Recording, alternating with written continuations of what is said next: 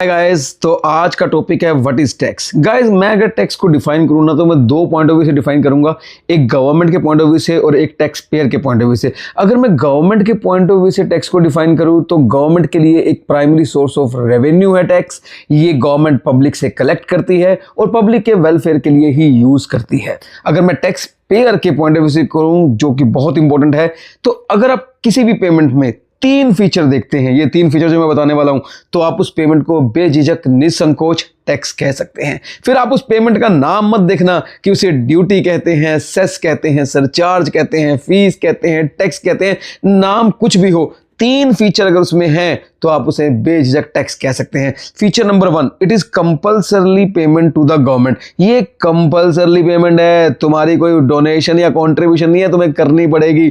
Number 2, it is made under an act. Government आपको इसे act के अंदर लेगी and you are paying it to support the nation. तो गाइज, तीन अगर फीचर नजर आते हैं तो आप किसी भी पेमेंट को टैक्स कह सकते हैं। Compulsory payment to the government, made under an act and to support the nation.